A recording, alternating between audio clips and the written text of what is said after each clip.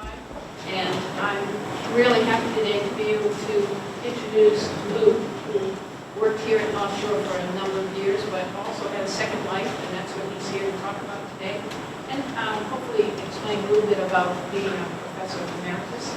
So without further ado, Lou and Changing Sands of Immigration. Thank you, Sandy. Welcome, folks. Thank you. We are in the midst of some significant changes in the immigration world, and I'm here to talk to you about it. But I think in order for you to really appreciate the significant changes that are occurring, you have to have a little bit of a background. So I'm going to talk to you a little bit about admissibility, the kinds of visas that are being issued, and give you a little bit of a background, and then we'll get into some of the changes that are occurring in the immigration world. Well, there are a lot of subtle administrative shifts going on. Little by little, it's happening. We're changing. And overall, as the years go by, it'll become more and more pronounced. A little bit about myself. I'm a Professor Emeritus here at North Shore Community College. I taught here for 34 years before retiring in 2001. And then I went to work full-time for, at that time it was the U.S. Immigration Service under the Justice Department, and worked full-time since my teaching days here began, part-time actually, since my teaching days began, and then full-time after 9/11. I retired from teaching and went to the Immigration Service full-time, and retired from there in 2011. So I actually was fortunate enough to have had two careers. And I retired as a master trainer at Logan Airport, which is where I spent most of my immigration career. I retired there from there in 2011.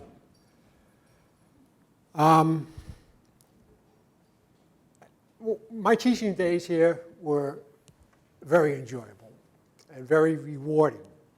I found out right away that we teachers, instructors, professors could make some significant changes in people's lives.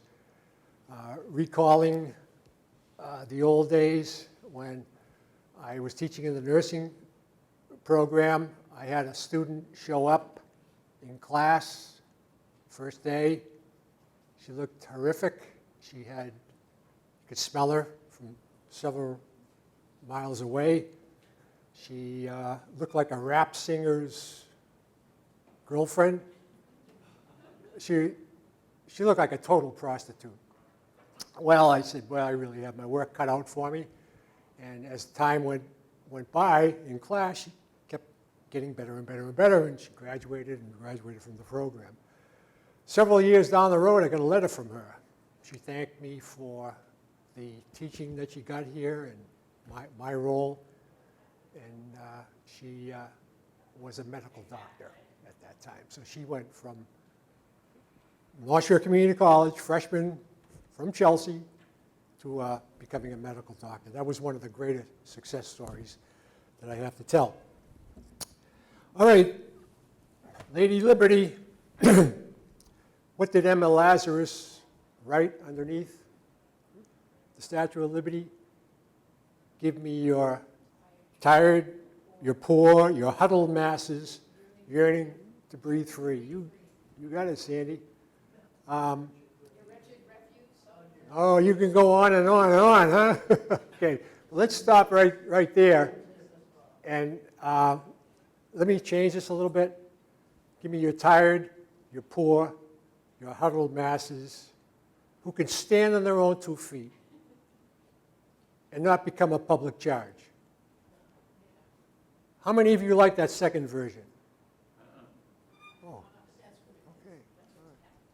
Okay, because that's what's going on. What's a public charge?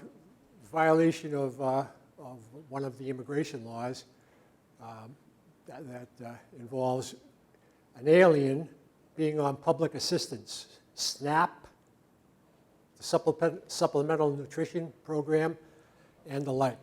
Any public benefit. is what we're talking about.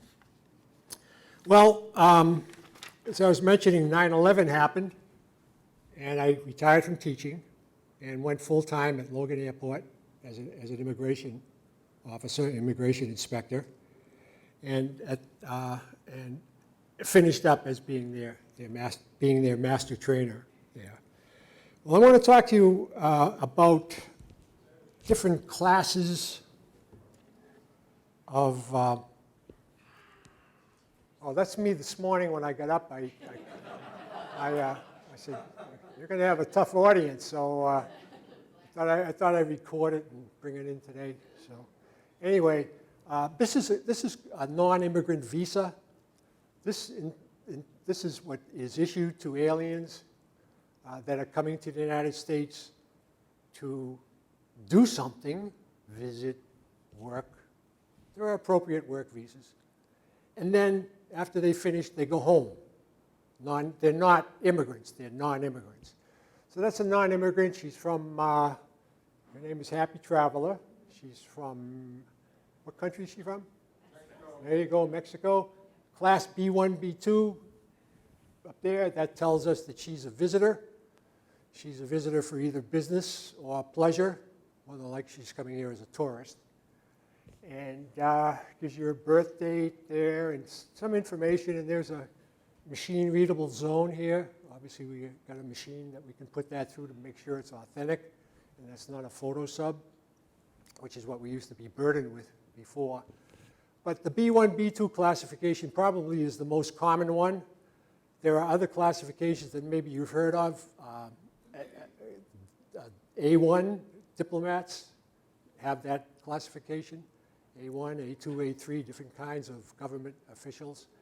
There are people who are students here. They're called, they have the F1 visa.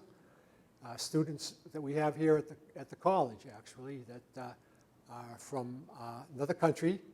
And what they do is, how you do it, how you get the F1 visa is that you pick a college in the United States from overseas or wherever you are and get issued a form called an I-20. And then you take the I-20 from the college to the consulate in the country that you're in, and you get the F1 visa if you can prove that you can support yourself while you're here, you can pay tuition, blah, blah, blah. So then you apply for admission at the port of entry, where you come, say, in Boston, and you then get admitted to the United States, assuming that everything is proper. So that's the F1, and you can stay until the duration of your status. When you finish studying here, then you've got to go home. You have to go, you've got about 30 days to gather your belongings and leave. Other classifications that we could talk about would be the K classification, fiance. You have a fiance overseas, a woman that you have a relationship with, or a man that you have a relationship with, and you eventually want to get married, and you can petition for that person to come over here and be admitted for 90 days under the K visa, and during the 90 days, you got to get married. If you don't get married, you find out you don't like your snoring or whatever the case may be, it smells funny, then you don't want to marry him, you got to go home. So that's the K visa. There's an E visa. These are people that are coming here as treaty traders or treaty investors. And J1 would be an exchange visitor coming here to do research at an institution. Maybe someone who is doing research at Cambridge is coming over here to do some research at Harvard, and they can come over here and do that. And when they finish, go home. We have intercompany transferees. That would be the L visa. And vocational students, occupational students, not attending a four-year college to get a degree, but attend a technical school. And so we'll stop right there. You get the idea. These are temporary people. They come here for a specific purpose, and then they go home. Now, they don't always go home. They sometimes just overstay. And the overstays who are actually illegal, these overstays have an opportunity to keep their heads down below the surface, and more than likely will never get caught. Or they can stay here and get status by marrying a U.S. citizen. So there are various things that can happen to them if they don't want to go back when they should. So anyway, the B1, B2 visa is the most common one, but we do have another non-visa. It's called Visa Waiver. That's the name of the program that we have, where you don't need a visa to come to the United States to visit for business or visit for pleasure. You can come here and you are only going to be admitted for 90 days. That's it. And you can't change your status while you're here, supposedly. You can't marry. That's been overturned, though, recently. But you can't become a student from this visa waiver program. And you waive your rights. You're extremely vulnerable when you go to the immigration officer. Today, it's the CBP officer. For admission, you can state why you're coming, but if the officer finds that you're not coming here for a valid purpose, then you have no rights to a court or lawyer. The Customs and Border Protection officer can refuse, and that's the term that they use, your admission, and you go back. Maybe you're on the outbound flight or the inbound flight that brought you in if you're at the airport. So the Visa Waiver Program is alive and kicking. There are about 39 countries. These are 39 countries that are friendly with us, of course, have decent economies, and that list is growing and growing and growing as the years go by. The Visa Waiver Program, very popular here. Well, there's another kind of non-immigrant visa that I want to mention. It's called the H visa. If there's any other visa that you may have heard of, it's the H-1B visa that allows people to come here and work. These are people that have skills. They can work as engineers or whatever. The deal is this.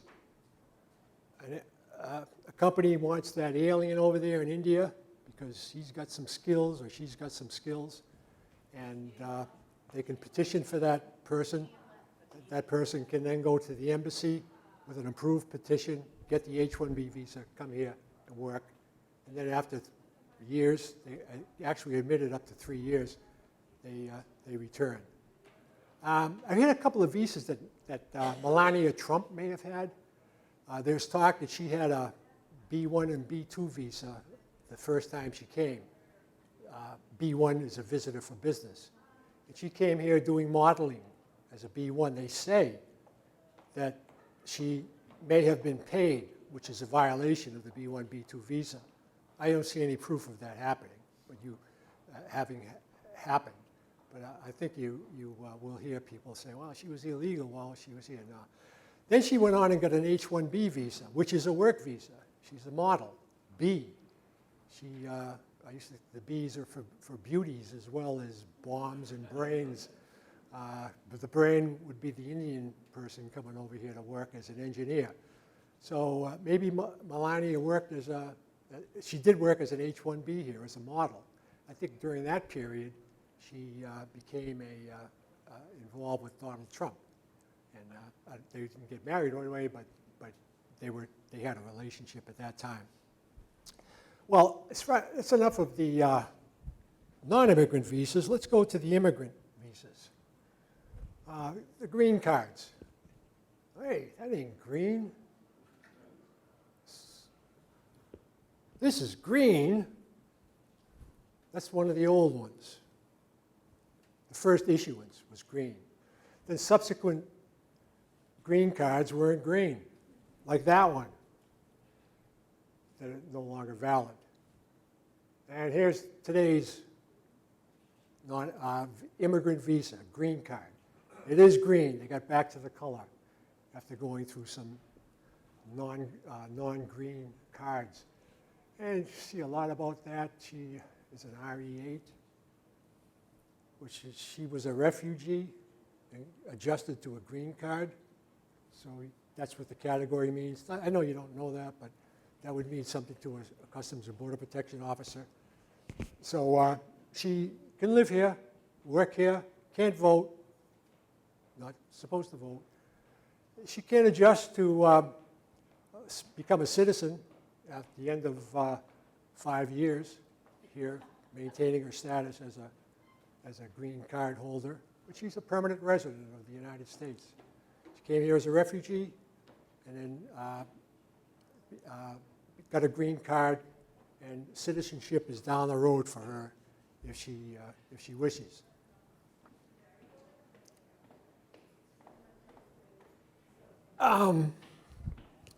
There he is, handsome guy.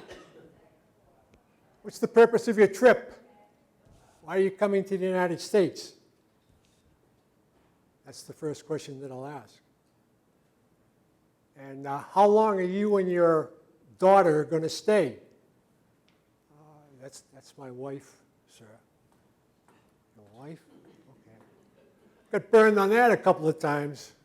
I never ask about relationships when they're being admitted.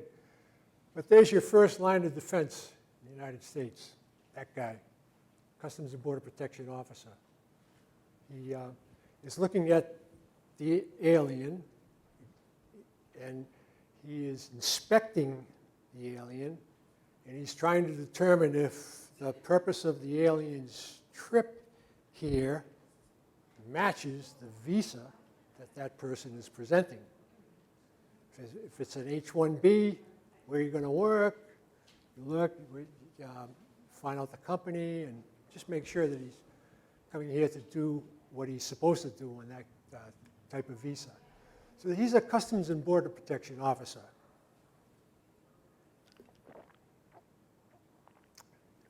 GS11 would be his grade. You could tell by the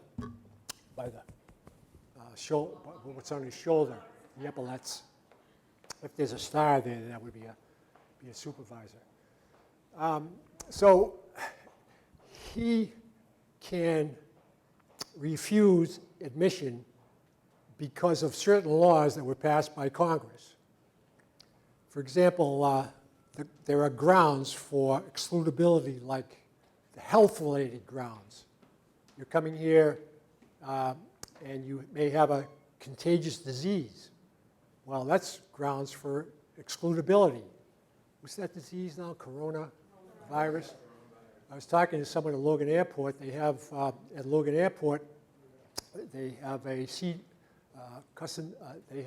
Center of Disease Control person recently assigned there. He arrived 3 or 4 days ago, and he's right there at Logan and making sure that, that we do not have the coronavirus enter via Logan Airport. So we do have an exclusion ground. He's not a doctor, this guy. So if that first ground of inadmissibility applies, then he's not going to be able to make a medical determination. But if he's got someone in his booth that has pimples and sweating and fever and got an advance note from the captain that there was somebody that was sick on board, then that would be reason for this person to call public health, because they can make the medical determination. And there will be a physician affiliated with the public health department that will come down and make that determination whether he's admissible or not.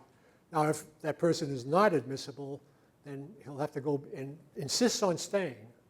Oh, I'm not sick. Then he has to go before an immigration judge, and the judge will make that decision as to whether he can stay or not. So that's health-related grounds that work in our favor to keep our country disease-free. Then there are criminal grounds. They call them CIMTs, crimes involving moral turpitude, where you come over here and we find out that you have a criminal record or have been convicted, that's the key word, of a crime over there, and you got bias. that conviction would be enough to deny your admission to the United States. Then there are security grounds. You will find that any relative of a terrorist or a person that has been arrested for terrorism before has has to go, if he insists on staying, the Attorney General will make the final determination, but they're excludable if on security grounds. When I first started working there, we would use this a little bit more often with Nazis that were coming here. They were old people in wheelchairs, having fought in World War II, about the same age as our World War II vets at that time. And we found that Massoud, the Israeli police investigators, they knew every Nazi, every camp guard that during World War II, and they made that determination, and we went by their word. And a lot of them came on the visa waiver program because they didn't have to go to the consulate to get a visa, and they were immediately removed from the United States. Oh, he's an old man. He's in a wheelchair. It's years ago, you know. What those guys did, get them out of here. They don't belong in the United States. Did you have a list yourself, or did they get in and... No, we run everybody in a computer and take their fingerprints. So if their name pops up in the computer, of course, that we use that as a basis. And I've seen them take a person in a wheelchair in the back room, take your shirt off, please. And you see a tattoo here that was covered up. So further evidence and denial all the way.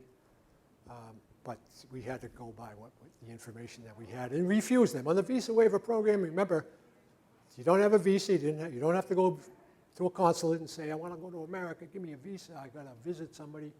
You can just get on a plane after you electronically complete this so-called ESTA, electronic surveillance program that that asks you some questions. Were you a terrorist? Were you ever convicted of a crime? Blah, blah, blah, blah, blah.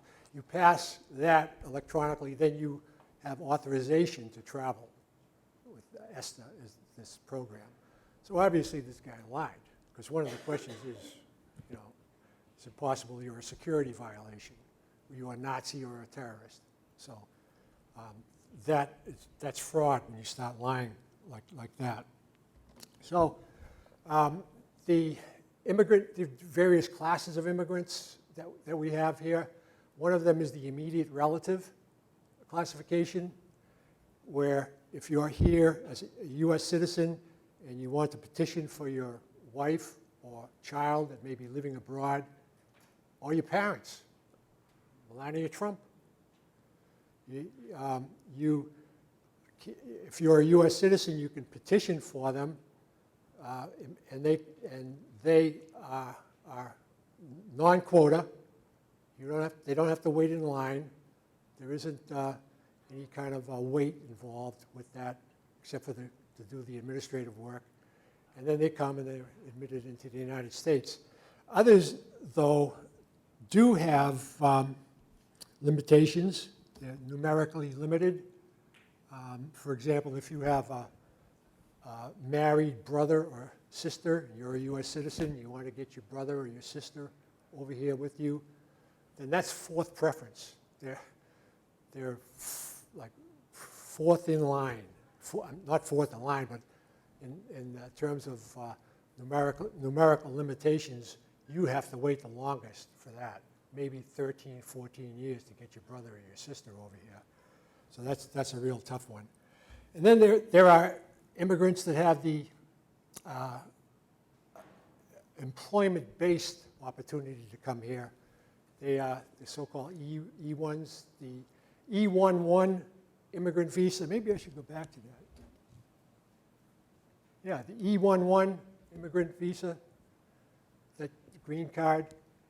That's a person who doesn't need anybody to petition for him or her. That's Melania Trump. She had an outstanding reputation here as a model and was able to get an E-11 visa. She self-petitioned. Ordinarily, to get a green card, you have to have someone petition for you, a relative or so forth, but she didn't really need that. I've seen people, E-11s, that have are outstanding scholars, Nobel Prize winners, and what have you, that they have come here with just themselves and their books that they published, and they attach the books to the application for a green card, do it all here in the United States, and they can come on over. So if they're visiting, like Melania did, she was an H-1B, temporary non-immigrant, and then she got a green card by petitioning for herself. She didn't need Donald. She didn't need to have her husband petition for her. Ordinarily, that's what would happen. You marry a U.S. citizen, you're gold. You get a green card right away. Not her. She got the E-1. I'm certain that that's the series of events that followed her. I'm picking on her so we can see some of that we know about and maybe of interest to you. So other grounds of inadmissibility, in addition to the criminal grounds and the security grounds, would be an immigrant coming over here just to work when they're not authorized to work, or just to live when they're not authorized to live here. That's a frequent violation. Why you come to the United States? Hey, you, I'm talking to you. Why are you coming to the United States? I'm coming here to visit my aunt. Oh, have you seen her before? Oh, I never met her. Oh, that sounds funny. I'm going to refer you to secondary. I want you to go down and get your baggage, and he'll go to secondary, have his baggage brought up to him, or he'll get it, and you look in the bags and you find out that he has a job waiting for him Monday morning at a bakery or a construction site, and there you can refuse. You can actually find him inadmissible at that time and ask the individual, look, we got the goods on you. You want to go home? No, I don't want to go home. I want to go to court. I want to see a judge. Those papers that you're seeing are not real. Well, it used to be the way in the old days where you could say, all right, you're either going to go home or we're going to send you to court. But now with this person, if they don't want to go home, you can do something called expedited removal. How many people have heard of expedited removal? Okay. That's authority that this CBP officer has that was originally the sole province of the judicial department. Judges could only expeditiously remove people. No, this guy can't. The secondary officer can. Where they don't have a right to an attorney, they don't have a right to appeal. So he's going home unless he does one thing, and that is if he asks for asylum. Asylum would mean that he would be able to stay here in the United States and then pursue his application for asylum. A whole different situation there. But expedited removal can be used in the case of an immigrant without an immigrant visa. Yeah, immigrant, that's what he wants to be.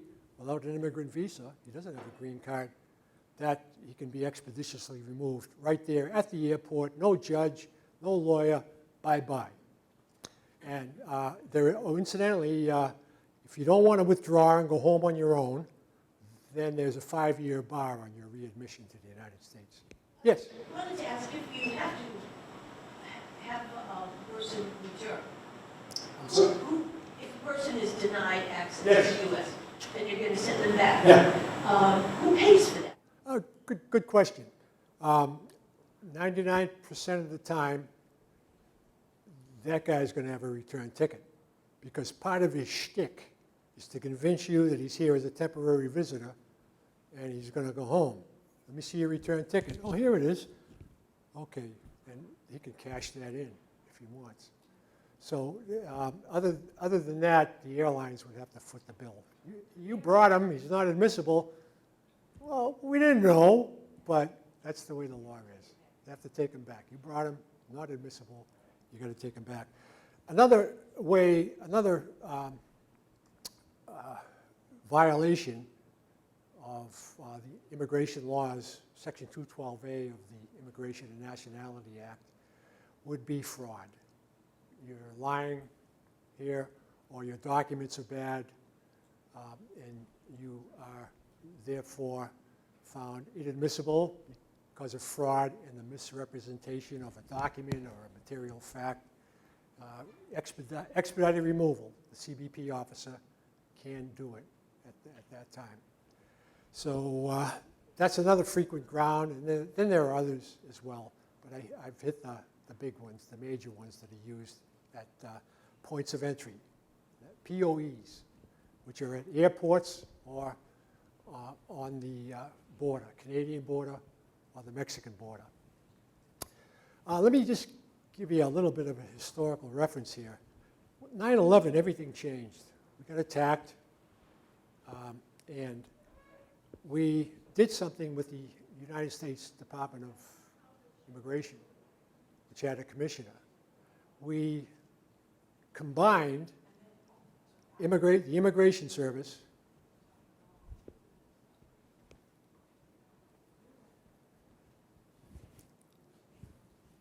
Yep, that's the right one.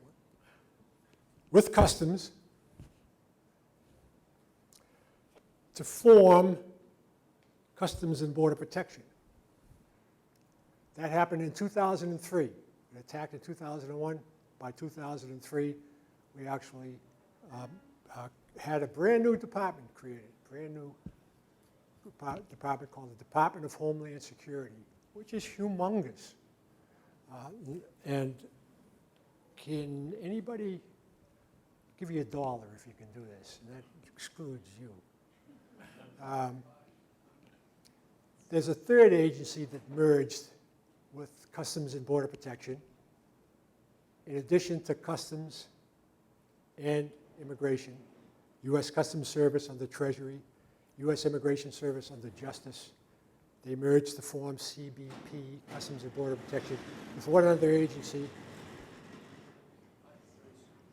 Nope. Okay, good. I don't have to keep my $1. It's the U.S. Department of Agriculture.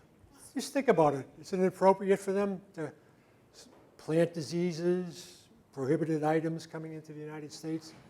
So there are Aggie officers, agricultural inspectors, that are actually CBP officers that work at airports as well, trying to prevent prohibited products from coming into the United States. You failed. Okay. Teachers love to say that.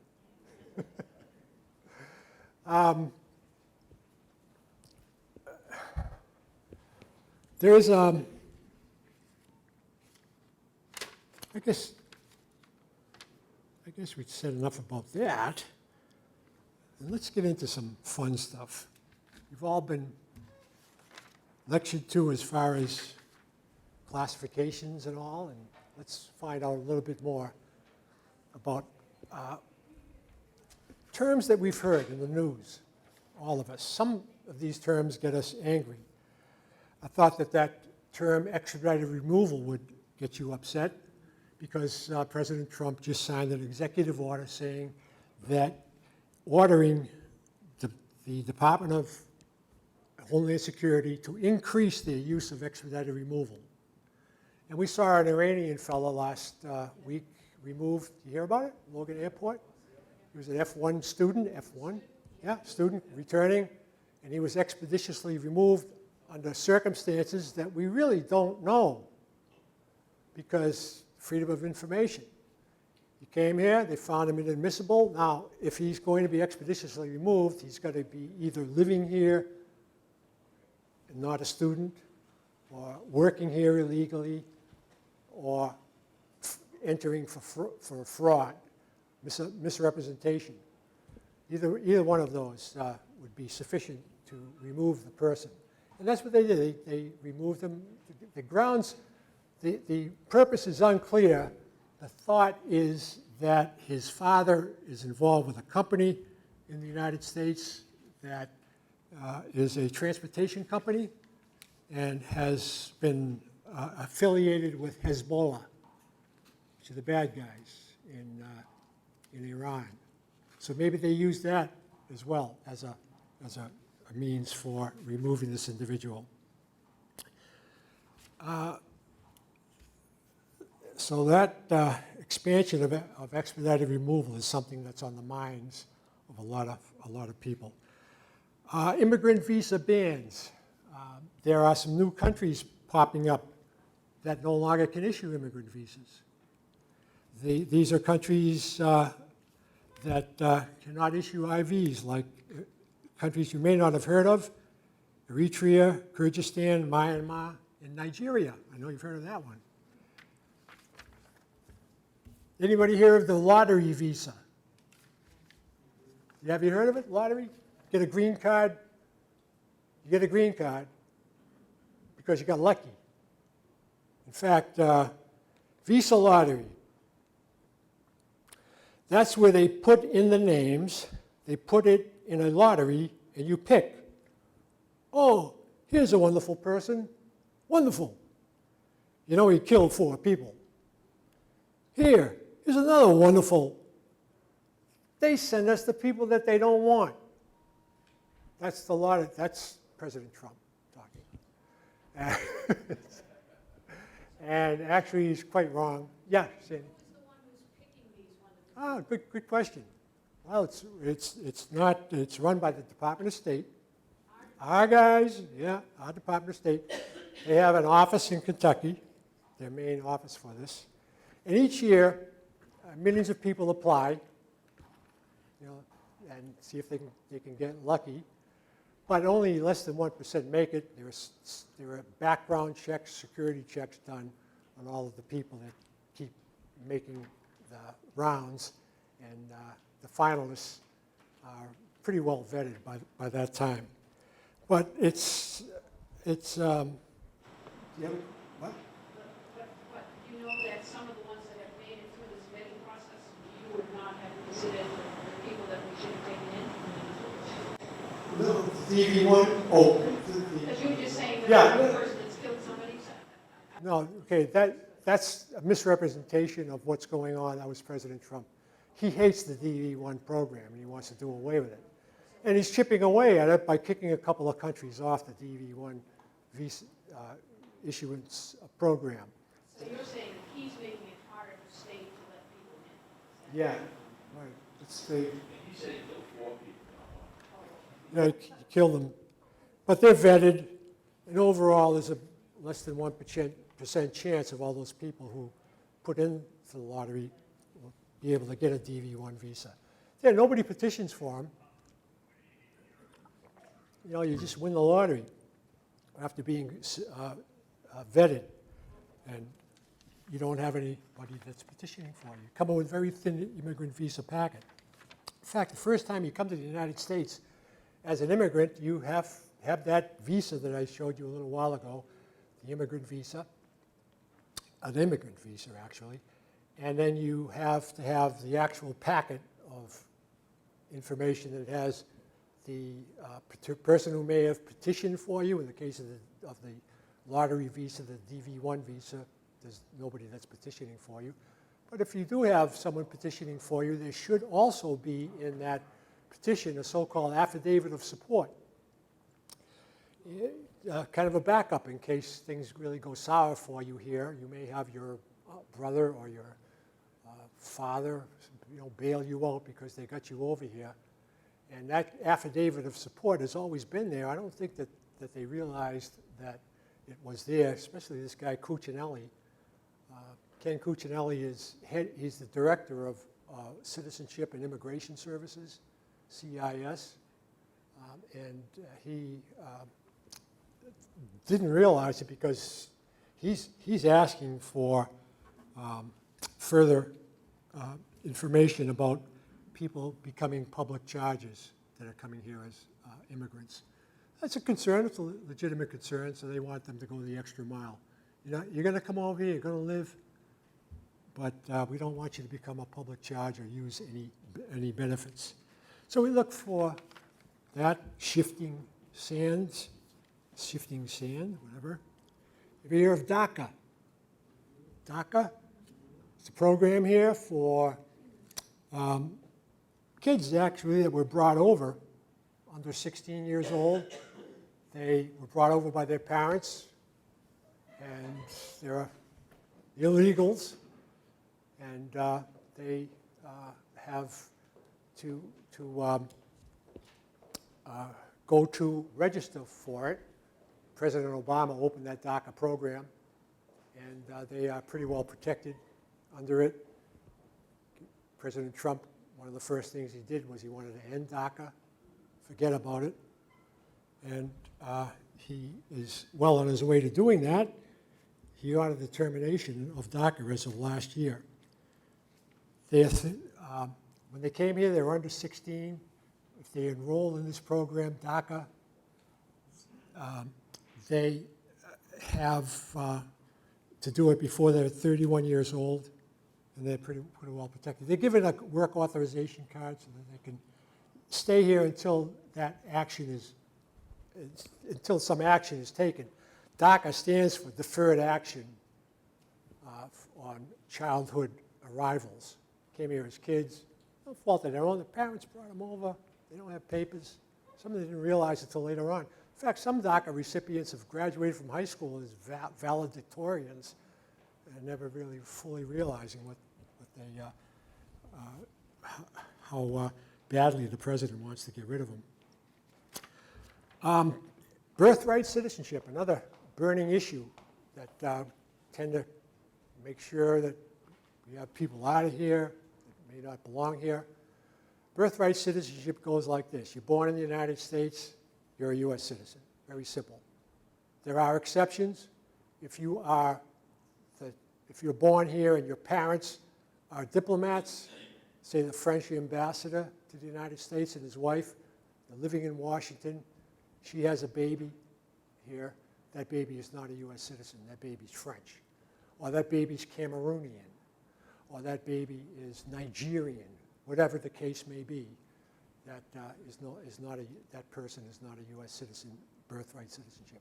Just solely law of the place. The place is the United States. This is where you're born. You're a U.S. citizen. And there's one other exception. We have heard on Fox a person named Tucker Carlson who claims that the children of spies in the United States that are born here should not be U.S. citizens. Damn it! That's a big concern. You've all seen The Americans, that program. They're living here, they're part of the fabric. Well, let me tell you, Tucker doesn't really have to worry too much because the second exception for birthright citizenship is that they be a member of an alien invading force. Hey, that makes sense. I would consider a spy, a Russian spy, are they our friends now? I don't know. But I would consider a Russian spy over here with his wife, both spies, they have a baby, that's not a U.S. citizen. It's already done. I'd like to see it tested in the courts because I do believe it fits. What could be more clear than that? So birthright citizenship is something that's being looked at very, very carefully. And but it's very difficult to do that, to get rid of birthright citizenship, which some countries have birthright citizenship, some don't. But it's very difficult to do that, to get rid of birthright citizenship, because it's actually the 14th Amendment in the United States Constitution. And there's even concern now about pregnant women. Recently, maybe you've heard of it, got to take a look at these pregnant women, because to make sure that they're not coming to the United States just to have a baby. I'll use the word anchor baby. It's kind of a derogatory term, come over here, have a baby. The baby's a what? It's a U.S. citizen born here. There's your cash cow. U.S. citizen baby. What could be better than that? Well, actually, no, it's not a cash cow at all.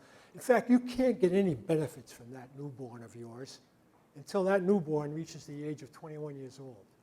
Because that newborn can't petition for you illegal alien mother or father, because that baby has to be 21 years old in order to file a petition for your green card so that he can live here permanently. So that's shouldn't be really much of a concern here. So what they're saying is that if you're pregnant, then you have to tell the consular officer if you're going to the United States, or you have to have another reason for coming here. Yeah, I'm pregnant, but I'm going to visit my Aunt Mabel. She's sick as can be, and well, okay. So you have to have another reason other than just to come to the United States to have a baby, which a lot of people do. Some people do that quite according to their plans. Have a baby in the United States, they can have an American baby, and then they go back, which is what happens most of the time. But I'm going to tell you a personal story about what happened to me during my last year. I had a person from the Middle East with his wife. She was wearing a hijab, which is a costume, a traditional costume, hijab. And why are you coming to the United States? Oh, we just want to visit. Do you know anybody here? No. Where are you going to stay? I don't know. Find a hotel somewhere. They really didn't have a valid reason. And so that primary officer sent them to me in secondary. I asked them to get their luggage so I could take a peek in there. They brought their luggage, and I opened it up, and I saw ultrasound pictures of her fetus. I said, Jesus, this woman's pregnant. So I couldn't go beyond that point. I called a female officer over. I said, Diane, could you take her in the back there and see if she's pregnant? And Diane came back and she says, pregnant? Oh, she's ready right now. So, and the pictures of the fetus, the ultrasound photos indicated that that baby, that fetus actually, isn't a baby until it emerges from a uterus. That fetus was actually advanced, maybe 8 months old. And I looked at her visa, and her visa, she just got it 2 weeks ago. So we have access to consular records. So I went to her Middle Eastern country, and I checked to see if the consular officer made any comments about her coming, purpose of her trip. And the consular officer said, states not pregnant. So we have fraud, baby. And got rid of them on that basis. Now, they were smart because I said, look, you're either going to go now, we're going to expeditiously remove you because I don't really know why you're coming here. And you lied to the consular officer who may have denied your visa to come here to the United States. To me, that's fraud. You got to go. You want to go now on your own. And of course, she didn't say anything because she can't say anything. The husband controlled everything. And even the Q&A that I took, the husband was there. And he said, yeah, we'll withdraw voluntarily because we don't want to have a 5-year bar on our readmission. Now, why they would want to have a U.S. citizen baby, I don't know. I had a few ideas as to why, but, and I still do, but I'm not going to tell you what they are. They withdrew, yeah. They don't get the 5-year bar on readmission. So they got to get their act together if they want to come here to the United States. If you're hoping for a green card, you better not give any indication as to becoming a public charge. Now, probably the most touchy subject of all, family separation that's happening at the border. 3 months after President Trump assumed office, he issued a policy of separating families at the border in Mexico. You're coming over here with your wife and kids, the kids go that way, you go this way. Had that been done before? Because Fox News said. Fox News says, yes, it's been, Obama did it, yeah. Yeah, Obama did it. But the Obama administration did it in the cases where they didn't know if that child was accompanied by a legitimate person, whether it was the parent or not. So yeah, there were families separated on that basis because they were concerned for the child. But in this case, it's more of a policy, an outright policy. There will be a separation of families at the border. And that's what they did until about a year ago or so. A judge said, hey, wait a minute, there's a lot of confusion here, and we have these kids and it's awful pictures. Why don't you stop that right now and see if you can work something out now, and also the families that have been split apart, reunify them, get them back together again. And I want to see, another judge says, yeah, and then furthermore, I want to see you in a couple of months, meaning the Trump administration, and I want to see the results of, I want to see a full accounting of those families that have been separated. To date, there are about 5,460 children that have not been reunited with their parents. So in the old days, you sought asylum at the border, you came to the border, you were all right, no criminal records or anything, and what they did was they issued you a NTA, a notice to appear, and released you into the United States. If you had a valid address, you had your aunt over here in Des Moines, Iowa or something, then you had an address, they gave you the form, and you could go and wait until the court calls you in. The judge would hear your case. But no longer does that occur now. Proclamation recently issued by the Trump administration was that if you come to the border, stay in Mexico, don't come over here. And by the way, those countries that you traveled to on the way over here, why didn't you apply for asylum there? So you wait in Mexico, and we'll call you when we're ready to hear your case. So that's the current situation. Yes, Joe? Overall, what do you think of this America as a gated community kind of approach? This kind of Mar-a-Lago exclusivity. This is where it seems to be. It seems to be this mentality, right? Yeah, it's creeping. This is shifting. Everything I've talked about today shows that shift of aliens in the United States departing, more so than they have before, and also fewer aliens coming into the United States. That's the major shift. It's the poor people That are, yeah, generally affected. People of color, right? And religions that we don't kind of agree with, but we fear, but we kind of demonize, right? Well, yeah, well, they come right out and ban Muslims. What could be more religious oriented than that? But you know, banning Muslims, get the Muslims out of here, they're crazy people anyway. We were attacked on 9/11. 15 out of the 19 hijackers were Saudi Arabians, Sunni Muslims. 15 out of 19. A couple of months ago in Pensacola, Florida, we had a Saudi Arabian pilot trainee at a naval base down there in Pensacola. Killed 3 of our finest.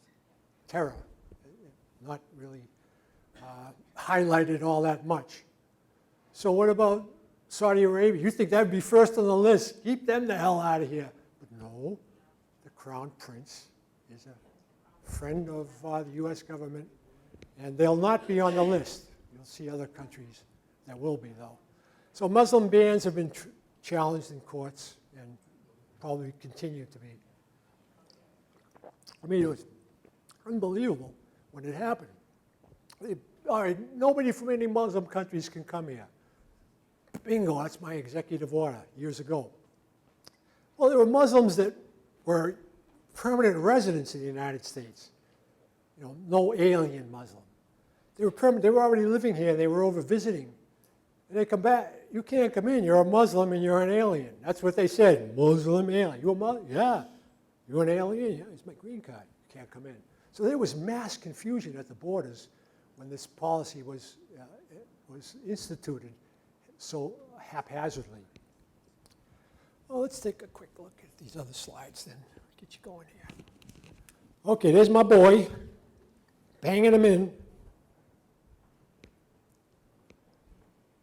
Here we go. They're boarding an aircraft. They're going to be checking it out. Or is that a ship? Oh, I see water. That's a ship. CBP officers.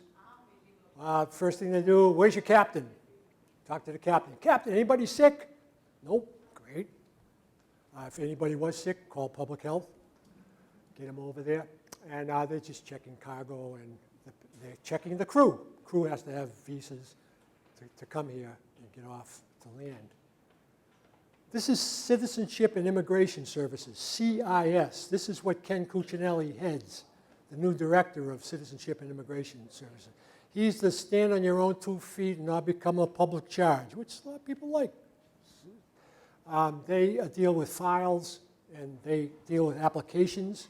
You can apply for a change of status or extension of stay while you're here as an alien. Your time runs out. You can apply through CIS for a lot of things. You want a petition for a relative over there, CIS will get you going. These are at the land borders. You see you have a border patrolman on the left and CBP officer on the far right, another border patrolman in there, searching vehicles for drugs, contraband, whatever. And here you have a person being arrested by ICE. ICE is also part of the Department of Homeland Security. They're not CBP officers, they're ICE. They're plain clothes, and they arrest people internally, aliens that may have, most cases, have committed crimes, murder, rape, whatever. And finally, speaking of ICE, there is a lookout, because ICE really screwed up. There was a very attractive woman who was apprehended, and poor girl, she was just awful with the crimes she was involved with. And the judge ordered her deported. Get her out of here. It's a young girl. And on her way to the airport to board the plane to get her out of the country, she was flirting with the ICE agent, and she distracted him, and lo and behold, she escaped. Well, they wrote a report on it. She's still on the loose. They wrote a report on this, and they offered a reward, a very substantial reward. The ICE agent has been fired because they're not trained to do that. And I do have a picture. If you see this person, would you let me know? She was arrested for keeping a brothel. An attractive young lady. What? What are you holding your hand over your face for?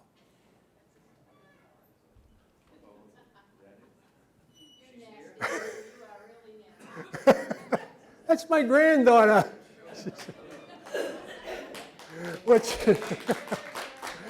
She was in Scotland. You know, these college kids in Scotland. She's studying it. And this is a joke. She didn't know her sick grandfather would get that picture. Okay, you're not mad at me? Still love me? Huh? Okay. All right, thank you very much, ladies and gentlemen. Hope you enjoy it.